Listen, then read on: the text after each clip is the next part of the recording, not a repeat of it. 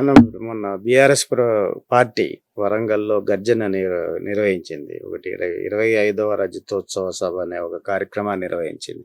అంటే ఆ సభలో కేసీఆర్ గారు మాట్లాడుతూ, తెలంగాణ రాష్ట్ర ప్రజలు యావత్తు తిరిగి బీఆర్ఎస్ ప్రభుత్వం అధికారంలో రావాలని కోరుకుంటుంది. కేసీఆర్ నాయకత్వం కావాలని కోరుకుంటుందనే వ్యాఖ్యలు చేశారు.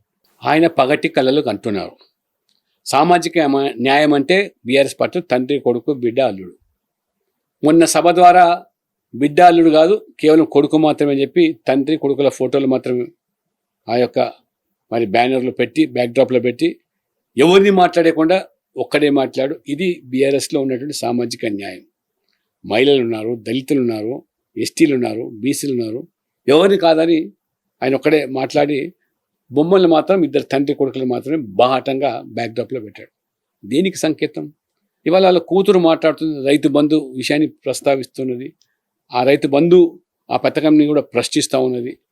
అంటే ఎక్కడో ఆ కుటుంబంలో ఉన్నటువంటి ఆ గొడవలను వీళ్ళు తెర మీద తీసుకొచ్చి వీరు పగటి కళలు అంటారు. కాంగ్రెస్ ప్రభుత్వం మీద వ్యతిరేకత పెరిగింది, వాస్తవం. ఆ వ్యతిరేకత మాకు అనుకూలంగా మారుతున్నటువంటి పగటి కళలు తప్పితే ఇవాళ బీజేపీ ఒక ప్రత్యామ్నాయ శక్తిగా ఎదిగింది. ఎన్నికల్లో మేము 2 ఎమ్మెల్సీలు గెలిచాం, బీఆర్ఎస్ పోటీలో కూడా లేదు.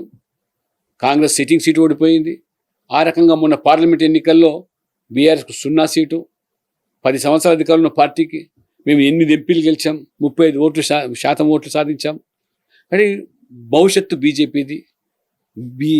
కాంగ్రెస్కు ప్రత్యామ్నాయం బీజేపీ అని తేలిపోయింది. కాబట్టి ఈ ముగ్గురు కలిసి నాటకాలు ఆడుతున్నాయి.